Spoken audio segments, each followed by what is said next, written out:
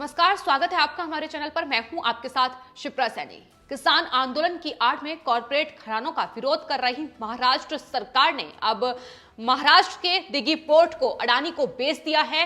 Adani ports and special economic zone को 705 करोड़ में ये दिघी पोर्ट बेचा गया है। महाराष्ट्र सरकार, वही महाराष्ट्र सरकार जो लगातार केंद्र सरकार को सिर्फ इस वजह से घेर रही थी कि दरअसल नए कृषि कानूनों में एक प्रावधान कॉन्ट्रैक्ट खेती का है और जिसके जरिए अडानी और अंबानी को सरकार फायदा पहुंचाने की कोशिश कर रही है। यही वजह है कि शुरू से लगातार विपक्ष जो है वो अडानी और अंबानी जो शब्द है उनके मुंह पर है और वो लगातार ये कह रहे हैं कि दरअसल इन कॉर्पोरेट घरानों को फायदा पहुंचाने की सरकार की कोशिश है।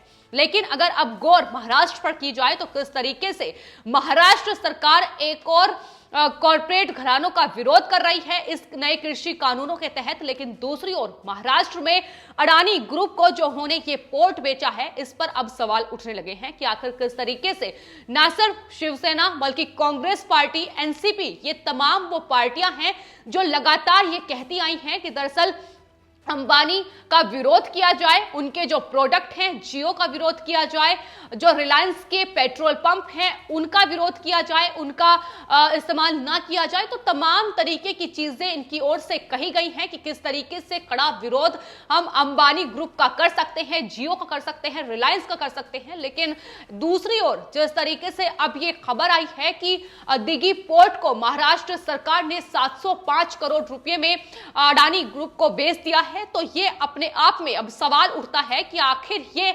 दोगली बातें क्यों की जा रही हैं, ये दोहरी रणनीति क्यों अपनाई जा रही है कि एक और अगर उत्तर प्रदेश और पंजाब में सरकार हासिल करनी है, अगर सत्ता हासिल करनी है तो वहां अंबानी और अडानी का विरोध कर लिया जाए, लेकिन महाराष्ट्र में जहां सत्ता में बैठी हुई है, फिर चाहे वो राजस्थान हो, वहां लगातार जो तमाम चीजें हैं वो प्राइवेट कॉर्पोरेट घरानों को सौंपी जाए। तो ये दोगली राजनीति आखिर ये पार्टियां क्यों कर रही हैं? सवाल महाराष्ट्र सरकार से इसलिए है क्योंकि महाराष्ट्र सरकार गठबंधन की सरकार है जिसमें कांग्रेस पार्टी, एनसीपी और शिवसेना मिलकर वहां की सत्ता पर काबिज है। लेकिन यही तीनों पार्टियां किस तरीके से शुरू से ही इस किसान आंदोलन में इनके जुबान पर सिर्फ एक ही बात है कि दरअसल इन कॉर्पोरेट घरानों को इस नए कृषि कानून के जरिए जो सरकार है वो फायदा पहुंचाने की कोशिश कर रही है। यही वजह है कि पंजाब में खासतौर पर देखा गया कि किस बड़े पैमाने पर वहां रिलायंस जो जियो टावर्स हैं उन्हें खासा नुकसान पहुंचाने की कोशिश की गई, जो जियो सिम है उन्हें जलाया गया बाकायदा। ये तस्वीरें साफ तौर पर सामने आई है। किसानों का जो आंदोलन कर रहे हैं उनका भी एक ही कहना है कि इन कॉर्पोरेट घरानों को सरकार फायदा पहुंचाना चाहती है, तो आखिर उन लोगों को समझा कौन रहा है? तो ये तमाम विपक्षी पार्टियां ही हैं जो अपने राज्य में इस तरीके से अडानी और अंबानी ग्रुप को अपनी चीजें सौंप रही है, लेकिन दूसरी ओर सिर्फ सत्ता पाने के लिए वो इस तरीके से दोहरे हथकंडे अपना रही है। तो सवाल अब उठने लगे हैं कि आखिर ऐसा क्यों कर रही है महाराष्ट्र सरकार या फिर राजस्थान में बैठी कांग्रेस सरकार? महाराष्ट्र में स्थित अगर दिघी पोर्ट लिमिटेड की बात की जाए तो फिलहाल वो दिवालिया प्रक्रिया से गुजर चुकी है और ये जो दिघी पोर्ट है ये महाराष्ट्र के रायगढ़ जिले के राजपुरी क्रीक किनारे पर स्थित है। इसकी जो दूरी है मुंबई पोर्ट से लगभग 44 नॉटिकल माइल्स है और सड़क के रास्ते से इसकी दूरी 170 किलोमीटर है। लेकिन चूंकि ये दिवालिया प्रक्रिया से गुजर रही थी, ऐसे में महाराष्ट्र सरकार की ओर से अब इसे अडानी जो ports and special economic zone है उसे सौंपा गया है। उनकी ओर से भी एक बयान सामने आया है। अडानी पोर्ट्स ने बताया है कि कंपनी इस पोर्ट को महाराष्ट्र के लिए वैकल्पिक गेटवे के तौर पर विकसित करने में 10,000 करोड़ रुपए से ज्यादा का निवेश करेगी। Dighi port Adani ports and special economic zone के बैनर तले बनने वाला 12वां पोर्ट बन गया है।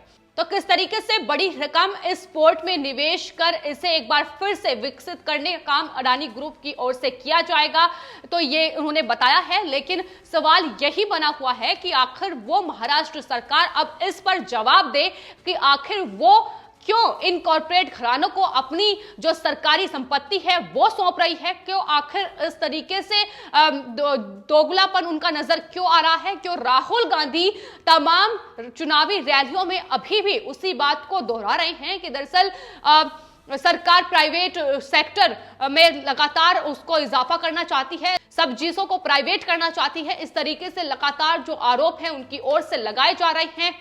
इतना ही नहीं, राहुल गांधी ने सदन में लोकसभा में जो भाषण दिया उसमें मोदी सरकार को घेरते हुए उन्होंने कहा कि दो लोगों की सरकार है, यानी अडानी और अंबानी पर उन्होंने निशाना साधा।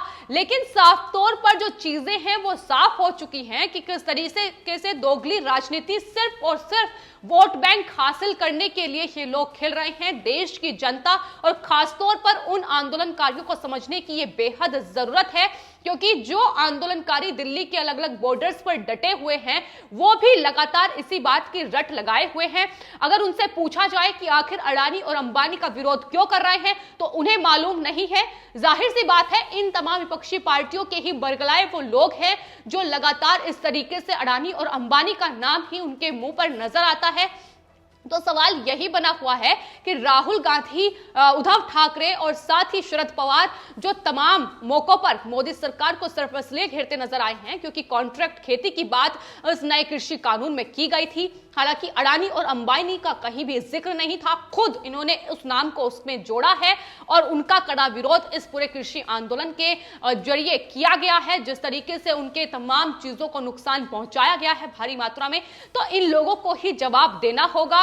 और अब इनकी पोल लगातार खुलती ही नजर आ रही है। जिस तरीके से ये किसान आंदोलन की आड़ में सिर्फ झूठी खबरें फैलाने का काम कर रहे हैं, झूठी रणनीति जो है इनके जरिए अपनाई जा रही है और उसके तहत ये सिर्फ जनता को साधने की कोशिश कर रहे हैं। लेकिन महाराष्ट्र से लेकर राजस्थान तक किस तरीके से ये कॉर्पोरेट घरानों को अपनी सरकारी संपत्तियां सौंप रहे हैं, इसकी बानगी भी देखी जा रही है। महाराष्ट्र सरकार ने जहां दिघी पोर्ट, अडानी पोर्ट को सौंप दिया है, तो वहीं दूसरी ओर अगर बात राजस्थान की जाए, जहां पर कांग्रेस पार्टी की सरकार है और जहां की चुनावी सभा से राहुल गांधी अडानी और अंबानी का नाम लेते हैं और मोदी सरकार को घेरते नजर आते हैं, तो ये वही राजस्थान है जहां अडानी के बाद अब जिंदल ग्रुप को 60,000 करोड़ का सोलर विंड प्रोजेक्ट सौंपा गया है।